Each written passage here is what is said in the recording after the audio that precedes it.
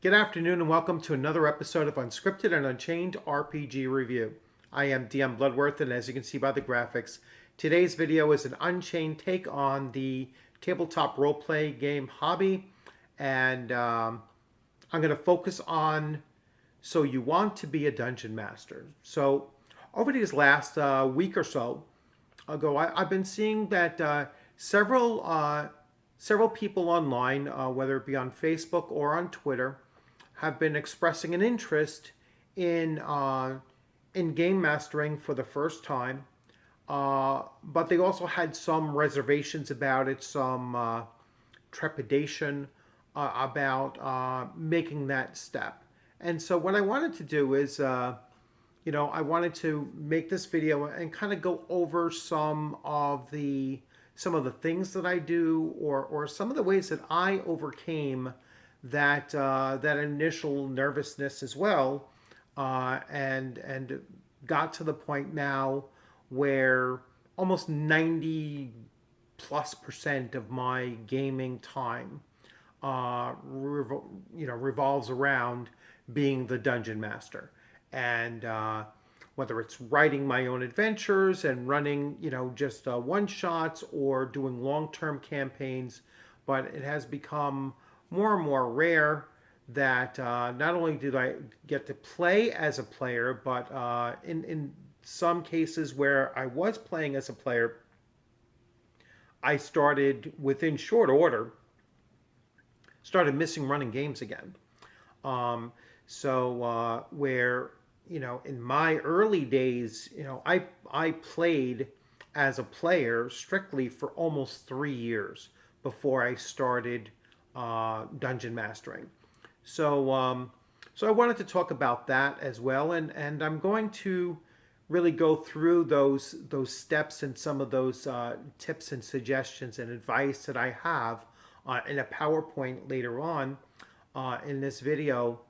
But before I go to that, I wanted to talk about and show some systems, because I am going to bring up choosing the right system in the PowerPoint, but I won't have the visual for it at that point. So I'm going to go through several games that you might want to consider if you're thinking about game mastering for your very first time. So let me shift views here. So I was just picking, here and there through my collection, and just looking for game systems that were very simple. So simple design to them, so not very hard to pick up and learn how to actually run the system. They were cheap, and they were contained in one or no more than two volumes to have all of the information that you really need. So looking through, the first one I came across, and these are by no means a priority or a this is the best one to use, even though I will kind of identify one of them as being my personal best. You can kind of get the hint which that's going to be, but these aren't in any particular order. So I recently picked up this. This is Blueholme, and what Blueholme is it's an OSR version of the Holmes edition of D&D. So that was the blue box that actually came out before the Moldvay. So I believe it was around 77, 78 that Blueholme came out, or I should say the Holmes edition of D&D Basic came out. And this you can still get for I believe it was about $18 that I got it for. But you can also find this on DriveThruRPG in PDF form for about $10. So all of these versions that I'm showing you, you can get for around $10 in PDF, and in some cases, not much more than that, even in soft cover. So I'm going to recommend that you, since they are contained everything you need in one volume, that you do get the physical copy, and I'll talk about that later on during the PowerPoint. So Blueholme is a very good choice.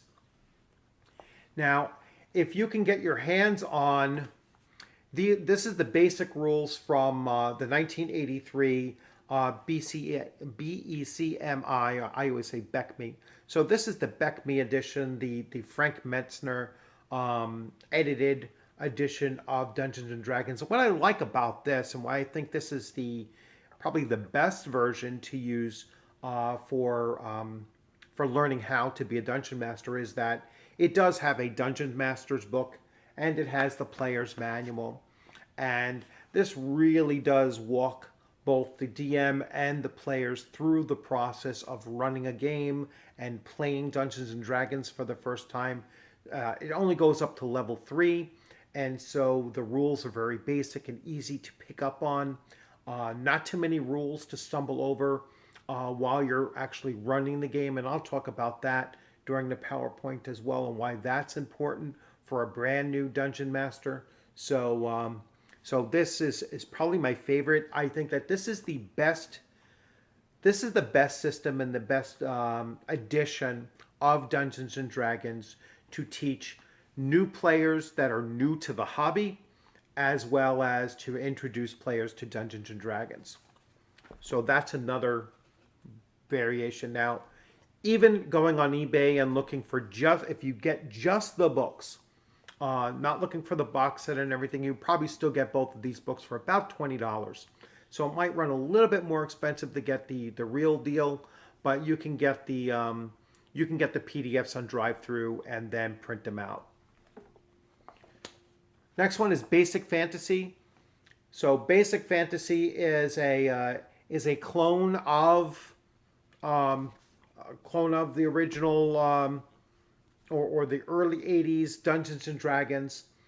This you can get for about $7 soft cover. So just what I have here. I think originally I paid about $5 for this. All in one. So, and again, that was one of the criteria that I suggested, to take an all-in-one over having multiple book coverings. So, and in some cases you can get the PDF of this for free. I recommend, again, getting the soft cover because when you're DMing at a table, even if you're doing it virtually, it's just so much easier to have it in front of you if you need to refer to it, which kind of steps over one of the things I'm going to say about when you're playing in person, but I'll get to that a little bit later on. Swords and Wizardry Continual Light. This is a really stripped down version of Swords and Wizardry, which you kind of see in behind me.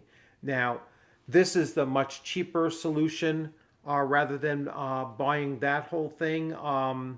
And this you might even be able to get for certainly free in PDF. And this was super cheap just to get this this soft cover version of it. I didn't look it up recently to see how much it was. Dungeon Delvers is another very basic system for Dungeons and Dragons or fantasy. This here, again, about $10. Soft cover, about $10, maybe even a little bit less. Might have even been like $8, I think, for the soft cover. And many different, you can get color, you can get whatever.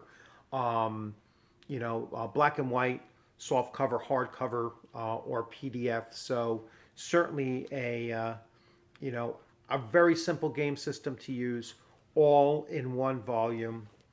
And then finally, if you're looking for something a little bit more brutal, a little bit more darker fantasy, The Blackest of Deaths.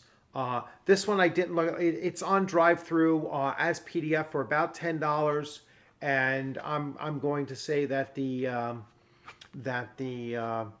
soft cover directly from Bloat Games is probably still under $20. So for under $20, you're getting the complete system all in one booklet. This is if you're really looking for something that's like on a hardcore mode for fantasy or dark fantasy role playing. So those are just some of my basic suggestions. There are dozens and dozens and dozens of other choices that you can make out there. But again, when I go through my criteria, you'll see why I kind of selected these. And there were also, like, all of these are fantasy. I could have easily pulled out. I just picked up Metamorphosis Alpha for about $15, I believe, and that might be a good sci-fi that you can do. There's also things like there's the Blackest of well, there's Mothership. That's another one that's kind of cheap. Although I don't think that's very simple system. But there are other sci-fi out there that you could also get. I'm sure there are other horror, although this comes really close to horror anyway. So there's other genres out there that you can also find these easy to use solutions as well. So let's get to our PowerPoint. Oh, wrong screen, sorry. All right, so you want to become a dungeon master. Things that have worked for me after years of running tabletop RPG game sessions.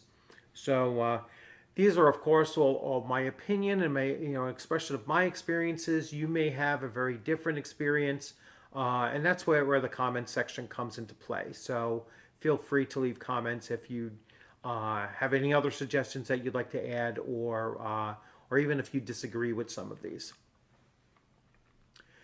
So what does it mean to fill the role of a DM? And this is going to get to like how it relates to being a player. So first, recognize that it is indeed a next step in the participation in this hobby. A step that not many players take for a variety of reasons, and I will address the main reason for that as well. Only about 18% of the player base actually takes this step. The role of either a DM or a GM, whichever you prefer to describe it as. I don't base this on any hard numbers, simply just an observed over 40 plus years of gameplay. I observed that the average gaming table is between 4 and 6 players plus a DM. And so that's really going to push the percentage anywhere from 20% to roughly 18%. So I say roughly 18% of the player base is actually participating as a game master or dungeon master. Most groups have at least one, but some do rotate the role amongst their table community. How to combat the reluctance to take on DMing. The first step is for you to recognize that nervousness of not doing a good job is the primary hurdle that you have to deal with. That's where most people, I think, express that nervousness, is that they're just afraid that, oh well, if I run a game, it's people aren't going to like it. They're going to expect it to be something that I didn't achieve, or maybe I can't even get to that level or whatever. So my suggestion to dealing with that is your players do not expect you to be perfect. All right, so just be aware of that. They're not going to expect you to be perfect because you won't be perfect, and that's okay. It's okay not to have a perfectly running session, especially if it's your first session and they're aware that it's your first session. But I will get onto some tips on how to deal with your first session, and it'll make your first session more manageable, and your future sessions you'll be able to build upon both that comfort level that you're going to build up and some of the strategies that you're going to learn along the way. Remember that you are the scarce commodity, part of the 18 percenters. They need you as much as you need the players, and perhaps even more. They perhaps even need you more because they probably feel the same thing, the same nervousness about taking on this role. So they'll be happy for you to take on this role for your group. What should or could you do before taking on the role of a DM? Run a game system that you have played before, or one that you have a very thorough knowledge of. As I said, in my own experience, I played for nearly 3 years Dungeons and Dragons. Um, the basic editions of it. So that would be Holmes and Moldvay. Before we started playing Advanced Dungeons and Dragons, I probably played for a couple of months under Advanced Dungeons and Dragons before I started taking on the role of Dungeon Master. But for the most part, I started GMing other systems as well. So I ran. I was the only GM for Twilight 2000. I was the GM for Star Frontiers, and I was a GM for Villains and Vigilantes. Meanwhile, my Dungeon Master for AD&D First Edition remained pretty much static, and Call of Cthulhu was our second or third Dungeon Master or Game Master in that case, who ran Call of Cthulhu games. So ask your current DM if you can run a mini adventure or even just one scene for the group. All right. I can tell you as a DM, if one of my players asked me, "Hey, would you mind if I ran like a little a mini adventure?" No, I'd be like, "Hey, great, fine, that would be fantastic because it'll give me an extra week just to either prepare what I'm running or or just to change things up a little bit." So I would certainly welcome it, and it allows you as a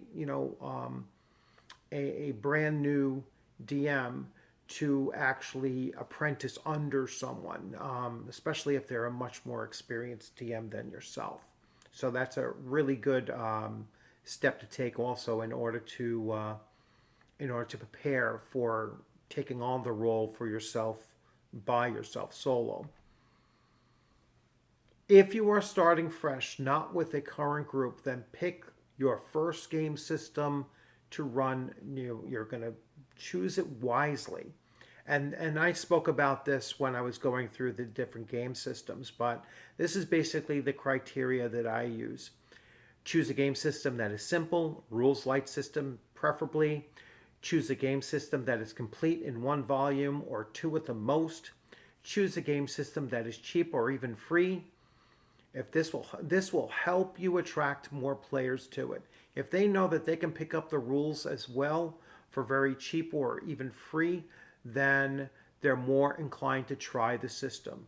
Choose a game that is somewhat known or brand new, because that will also attract players to it. Again, this will help you attract those players. All right. And just remember, don't choose the most popular game out there. And I know that might sound counterintuitive, but that's where you're going to have the most competition for players and the largest pool of DMs to be compared to.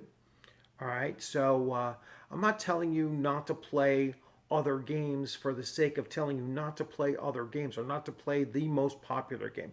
I'm not telling you not to play a 5e basic for the reason of, I just think other systems are better or whatever.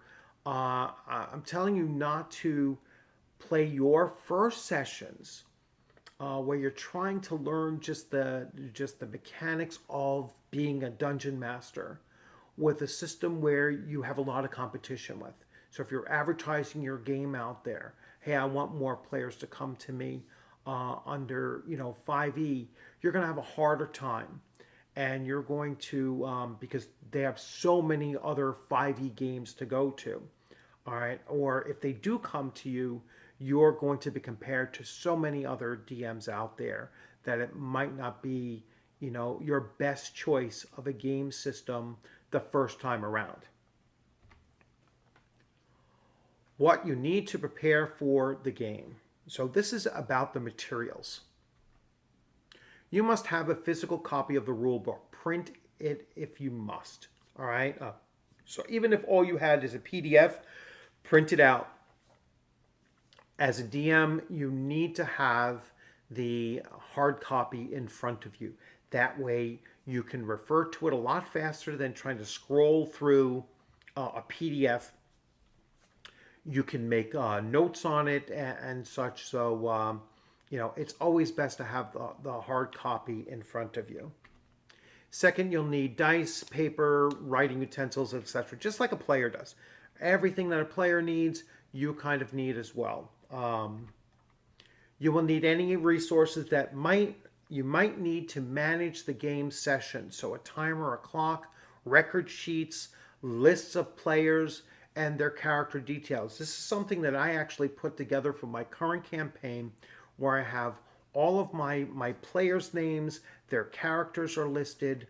I put them in their combat marching order. I put them in various. I have various charts, so I know who has the highest dexterity. So I have their initiative order. I have who has the highest charisma. So if we're doing social interactions, I know who is the most capable of doing those various social interactions. So the more organization and planning that you can do before the game, the less you'll actually have to worry about during the game. You'll need a location to play, even if it's virtual. All right, so and make sure all of that is in place before your first session. And then you'll need to remember, if you don't want to be nervous, be prepared. All right, and that's really the best advice that I can give you. Being unprepared, you're going to be nervous. If you're confident that you're prepared for the game session, your first game session as a dungeon master, you will feel a lot less nervous. What to do during session 0. Tell your players the game system, the genre, the themes that they may encounter in the game session, the movie style rating if you wish, and any homebrews that you're going to be using. Inform the players of your expectations and what they can expect from you. This is something like that teachers do, which is my profession actually. This is something that I, as a teacher, tell my students, and I tell my students what I expect of them and what they can expect from me. And it's the same thing with your group of players at your table. That doesn't mean you're treating them like children. You're just telling them what the expectations for everyone involved at your table should be or can be. Try to keep the number of players about average, between 4 and 5 players plus yourself. All right. When you run much smaller number, then those players are going to have much more time to go deeper into the rules. And if you have a much larger group, obviously it becomes much harder to manage. Start with level 1 character group, a new campaign, if it's not a one-shot. So it's always best to start with low-level characters. The reason being is that they have fewer skills for them to manage and fewer skills for you to keep in mind of as well. Get to know the players and the characters. Collect character sheets if needed, or take down some notes during the session. As I said in my most recent session, I made sure that I got the characters, their classes. We did that first session, which was mostly me just learning about their characters and some of their capabilities. And even though I'm a very experienced DM, I still start every campaign with the characters at level 1. Schedule your first session at least a few days, between 5 and 7 days after session 0, but not much later. All right, so you want to keep them interested and ready to come back. Hopefully by next week's game, same time that you had your session 0, you should try to schedule your first session and all subsequent sessions after that. But you want to give yourself a few days so that you can do some of the steps that I'm going to talk about on the next slide. Preparation for the game session. Read the adventure module over. I recommend using an official product or the one that may have been included in the rule book.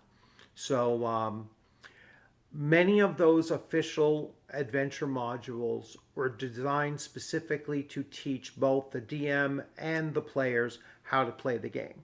And so they are ideal. And that's another reason why I really like the Dungeons and Dragons 1983 BECME version of the rules, because they certainly do that. They have both a solo adventure and a regular adventure, plus many walkthroughs of various situations in the Dungeon Master's booklet. So highly recommend that one for it.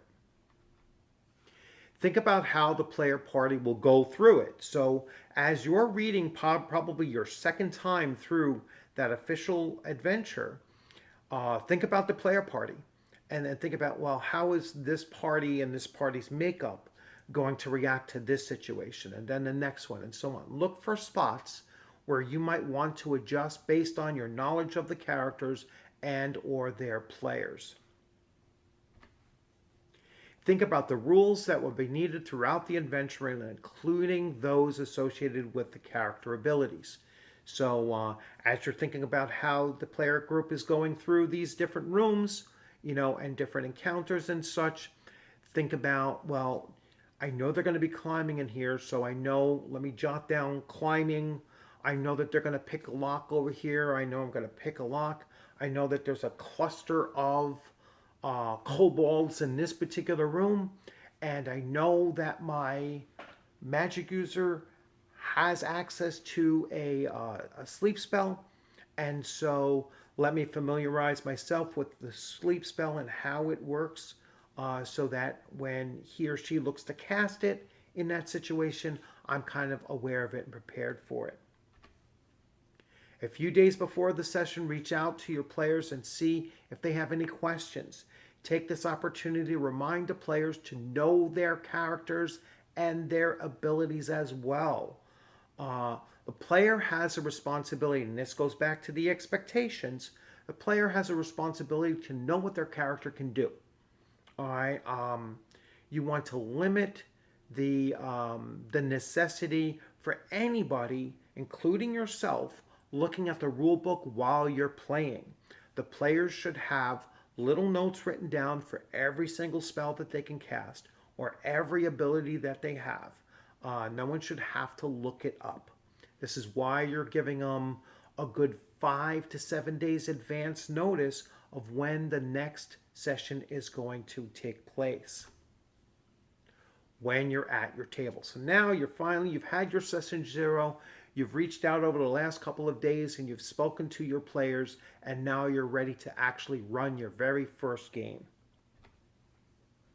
Sit down at the table with your DM screen, if you're using a DM screen, or a skill or combat resolution charts that you already know, because you already know what skills and combats they're most likely going to have during the adventure that they're running. You don't necessarily need the screen, but that's usually what the screen gives you anyway. Your notes and your dice. So you might have taken notes about any modifications you've made to the adventure, so you're going to have those. You're going to have your own set of dice. Do not have the rule book visible at the table. Don't allow the players to have the rule book at the table. And the reason for that is that you want to focus your first game session, and you'll most likely like to focus the rest of your game sessions moving forward without anybody looking to go to the rule book and delay playing the game. If everyone arrived prepared, the DM prepped, the players know their character, the game system is simple, the characters are level 1, and the adventure is a starter level adventure, few questions over rules should arise. If a rules question comes up, tell the player or players that all rules questions will be resolved after the game session. There's not going to be any rules at this basic level of gameplay that are game changers. All right.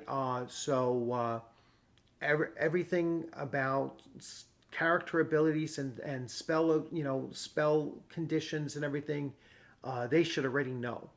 All right, and you should already know them off the top of your head as well because of the simplicity that I'm recommending here. Keep the story and the action flowing. When there appears to be indecision, ask the players one at a time, what will your character do? Or some variation of that prompt, and just fire that off at them. And you can actually tell them as part of your expectation and something that they should anticipate that you're going to ask them this question very often. What will your character do? All right, and the players will start to think about various types of situations that they might have their character, find themselves in, and then they'll think, well, if my DM asks me what am I going to do in this kind of a situation, I kind of have an idea. After the session, let the players know that you can be reached for questions and that the planning for the next session will begin in a day or two. During the follow-up